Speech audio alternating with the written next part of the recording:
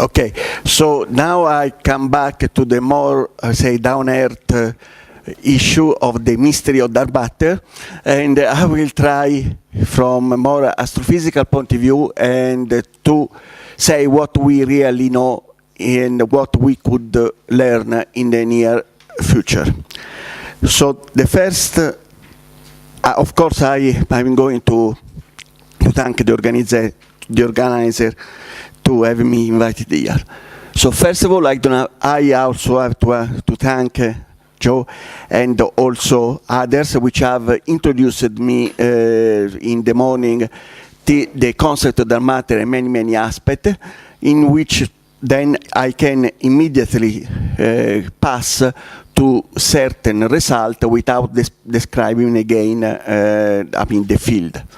So I think that everyone agrees that is the main protagonist of the universe for many aspects, in many cases, and the supermassive black hole are extraordinary source of energy that may also related with some aspect of dark matter. Okay, the most important thing that I have to say is galaxies. At a small scale, dark matter resides in galaxies. Most of the dark matter, if exist, will stay in galaxies. But galaxies, they are not all alike. In particular, I would like to point out the fact that you have the magnitude of the galaxy, so the luminosity, the number of stars, and the surface density. So you see the elliptical galaxy, they stay there. Spiral galaxies are there, dwarfs, they occupy this region. Low surface brightness, they occupy this region. So we are talking about something like 1,000 in luminosity, even more. We are talking about very different in surface density, so how dense is the center of the galaxy. And also the morphology is very different. We have disk system, we have elliptical system, we have a spherical system. So if the important thing is the question, I don't know how the dark matter is distributed at this point in the galaxy, but certainly the luminous matter is distributed in a very different way. Of course, not too different in the sense that the families, they are not 1,000, the families, they are few, but they are quite different. So dark matter comes on the fact that, as I say, you have a way to measure the potential well or the gravitational potential through motions of the galaxy. You have anomalous motions in galaxies. For instance, this is Andromeda. In this case, this is the observed rotation curve. This is more or less the predicted, and this difference is assigned by astronomers and astrophysicists to the presence of particle which does not emit any light. So here there is a lot of this particle mass, but I don't see anything because does not emit light. In reality, the situation is more complex. So not so very complex, but more complex that the distribution of a certain phenomenology. For instance, if you look, we have about 1,000 of individual rotation curve. One sees that if you know the luminosity of the galaxy or the mass of the galaxy, all galaxies will show the same rotation curve. For instance, at the low luminosity, they will have this. At the other side, so if you take all the bigger galaxies and you put together all the rotation curve, they will stay in the same line. You can see this both in, let's say, individual. Another thing, when you quad together, so the individual, of course, you can do it so only when you have the best data. At the moment, you have this by no more than 300 galaxies. Different when you have data which are not perfect, in the sense that the internal error bar, they are not zero. You can quad all together, and you find exactly the same thing. So therefore, there is a family, which is called the universal rotation curve, which goes from the smallest one, which are rising, and then they flatten out at very large radii, and the biggest one, they behave exactly like as the dark matter will not be, and you can see the presence of dark matter only far away. This was well known by 20 years, and has to be immediately matched with what we think from the lambda CDM scenario, number 0. So in the sense that you take only the n-body simulation and the density profile. This is very, very important and crucial prediction by cold dark matter, the fact that all the visualized objects in the universe, there are simply balls, if we say, or spheres, or such density. Of course, this is what it comes from the theory, and until now, a cold particle has been certainly the main favorite and maybe the strongest particle which had the theoretical justification. Of course, one can say differently. Then I take dark matter directly from the data, so I can the dark matter density profile directly from the data, independently of prediction and simulations.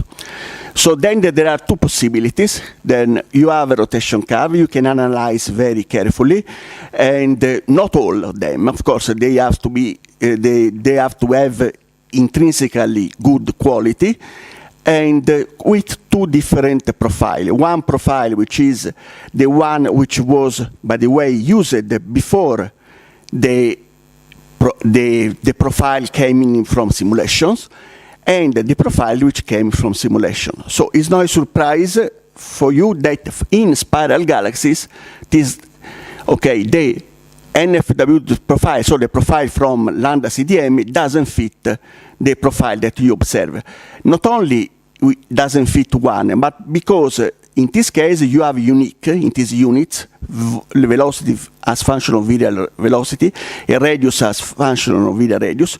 So the prediction is almost equal, is mostly one profile. So the universal coming from lambda CDM is even more universal than the observation one. The observation one shows a family, no? That all of them are different from the prediction.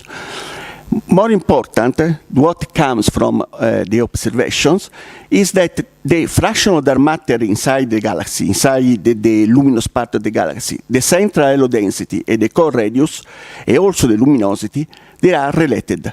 So you have a four-dimensional volume, and which really reduces to really a line. It is a line in which all galaxies, all spiral galaxies, stays on this line.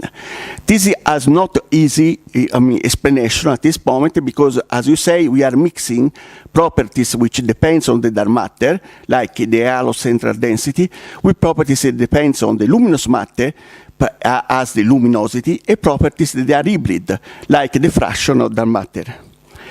In practice, what comes from the analysis of many, many galaxies is that this is the density as function of radius for different masses. Okay, and this is the prediction from the lambda CDM 0. And in one of the relations that we have found from observation, we have something which is unexplainable easily. So we have the fact that the central density of the dark matter is related to the disk mass.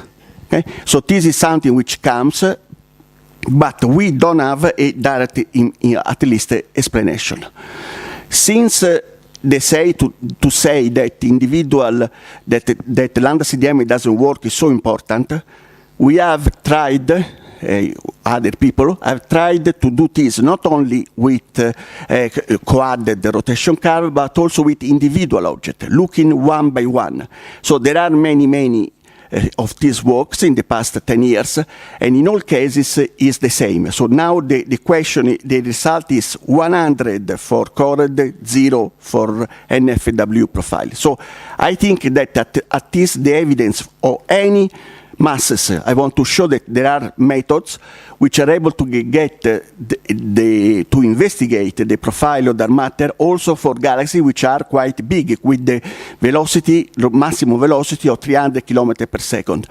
So we have, the evidence could be from phi sigma to 1000 sigma, but for spiral, as spiral are concerned, there is no way to, so the correct models are greatly favored. So the solution. So the solution is important because one part of the solution is to stay within the dark matter, the cold dark matter, because the particle still, one could think that the justification per the particle is stronger than any other. So as I say, the simulation, they predict this. This is not what comes from observations, and there is a way to have the response of the dark halo to galaxy formation. So we want to say, okay, one thing is the simulations, which comes from any body, just any body, but when you go and you form the galaxy, there are baryons which go there, you form stars, and then these stars also may evolve and may transform in supernova, and so. This does change the dark matter distribution, and in particularly is compatible with what we observe. Okay, the idea that can change is being proven by in many work, but certainly there are two problems. So this is the baryon, at least two problems. The baryon feedback works for normal galaxy, but okay, this is the original profile that you have in the density distribution of the dark matter, so it's minus 1.5. This is the observed one, okay? And this is the one which has been produced through feedback. Hydro, we call it the hydro, this is the point. But when this is a function of the mass of the object, so you have here dark dwarf galaxies, and here you have giant galaxies. So the problem is, in this case, there are not many stars to change the original profile to get that the profile is near to zero, as we observe. We observe in all cases near to zero. The same thing applies to giant galaxies, because in the giant galaxies, the potential well is so small, is so big that supernova, they really cannot change the total gravitational field. So in these cases, which correspond to the normal galaxies like our own, then there is a possibility, at least for certain, in certain author, there is a possibility to the fact that the baryons do the job. So now we study recently, so the fact that we want to find a new channel to investigate this, because the point is that the dark matter distribution shallower than those which one comes from any body simulation are seen in any kind of galaxies.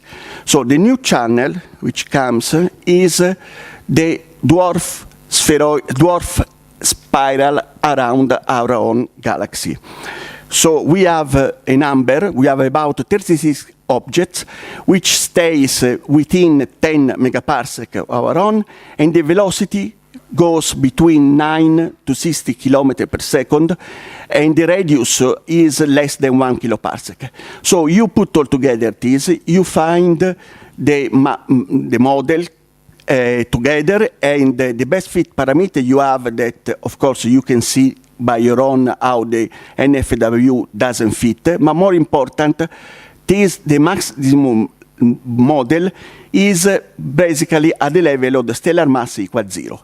So the model, standard model of a disk plus a H1 disk plus NFW profile is not responsible for this rotation curve, exactly like the others, because if you see, these are the smallest normal spiral, which the velocity, the maximum velocity is 80 kilometers per second, and these are the ones which have a 3 or 4 times smaller velocity.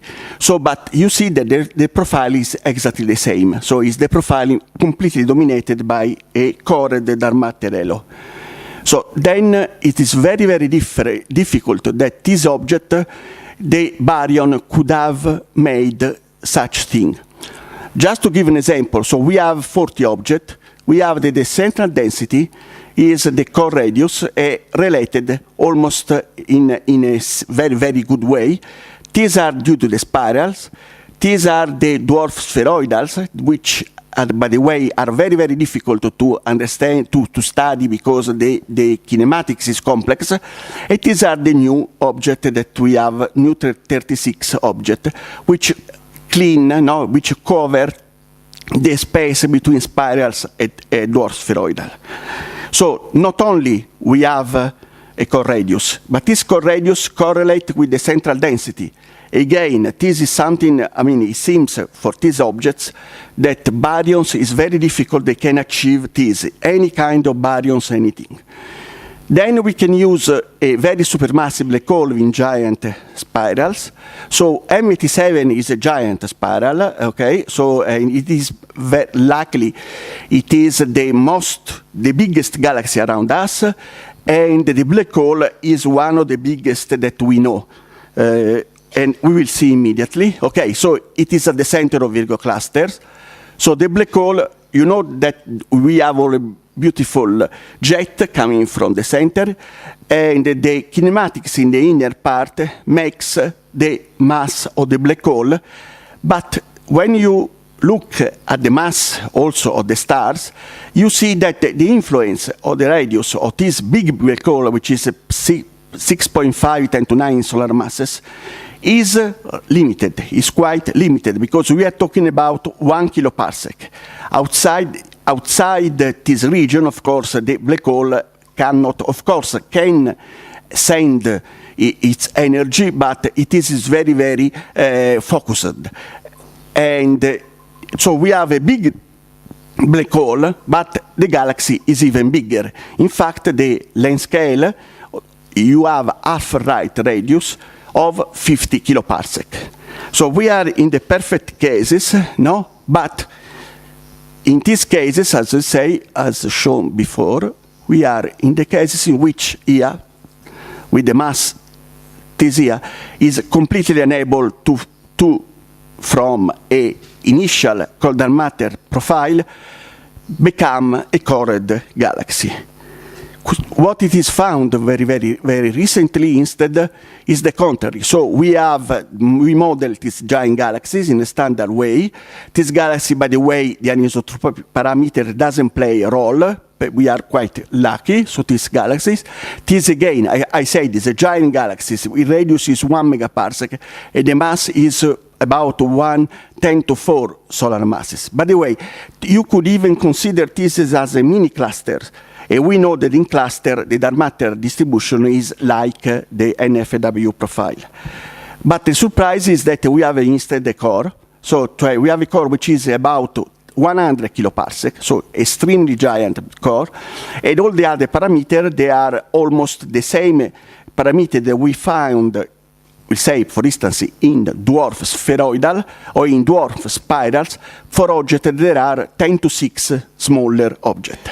So dark matter comes a sort of matryoshka. So the dark matter itself is similar and has a lot of similarity. By the way, similarity also lambda CDM has the same properties, but they are not the one which we need to understand the motions of inner galaxies, including this one. And so it's important to say that also in this galaxy, the black hole cannot do, because again, the length scale is too big with respect to the influence radius of the black hole. So it's very, very hard that the massive black hole could have done something about this galaxy. And so the situation is this one. Okay? So this is the galaxy. And this is the dark matter core for M87. This is even bigger than we expected. Usually in other galaxies like our own, the dark matter was about T. Here, the dark matter core was at the same level of the baryons distribution. And so one could say that they could have interacted in some way. So here, the dark matter core is giant, is completely unrelated to the dark matter distribution, at least. And instead, you see that we can have the Virgo cluster profile, which is this one, which nicely agrees with the galaxy M87, which is at the center of the Virgo cluster, exactly at the virial radius. So we have perfect its place, we know perfectly the distribution of this giant galaxy. So what was the situation until now? So we have a spheroidal, we have a normal spiral, LSB, spiral, elliptical, and this is the density times the core radius, so rho 0, rho 0. This is the central density of the dark matter in galaxies, and this is the magnitude. Okay, this is a constant, roughly constant, although we are talking about galaxies which are completely different one by the other. So where stays M87? So M87 stays here. Okay, so I had to go outside the plot. And this is again on the fact, again, the fact that you have constant, I will think, okay, so I can say that is due to the properties of dark matter. So the lambda CDM 0.1, in the sense that it is baryons enters and save the game, I don't think is correct, because at least in this case, we have shown in both cases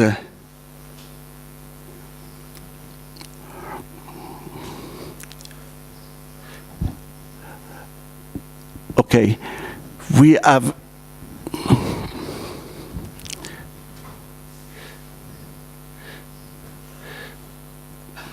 okay, so we have shown in both at very, very small cases, we have dark matter which surround a lot of galaxies, most of the galaxy, okay, most of the galaxy, and they are very shallow. Again, on the other side, biggest galaxy, so I showed today the M87, but the same thing applies also to other big galaxies, that again, we don't have really a method to transform the dark matter. They have a very giant halo, a giant core radius. So all galaxies, any independently of the mass, has its own. Okay.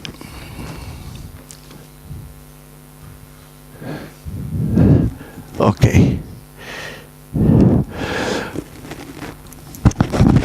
Okay, so dark matter distribution are shown to be very shallow, to be with respect to the one which comes from the lambda CDM, and to have certain regularities. They cannot be due to the action of baryons. Now, okay, I think I am almost finished. Okay, so the conclusion. So then the nature of dark matter is certainly a new mystery. Okay, so then because the fact that from theoretical point of view, neutralinos, cold dark matter, they have a lot of advantages in the sense that there was inside reason to prefer cold matter.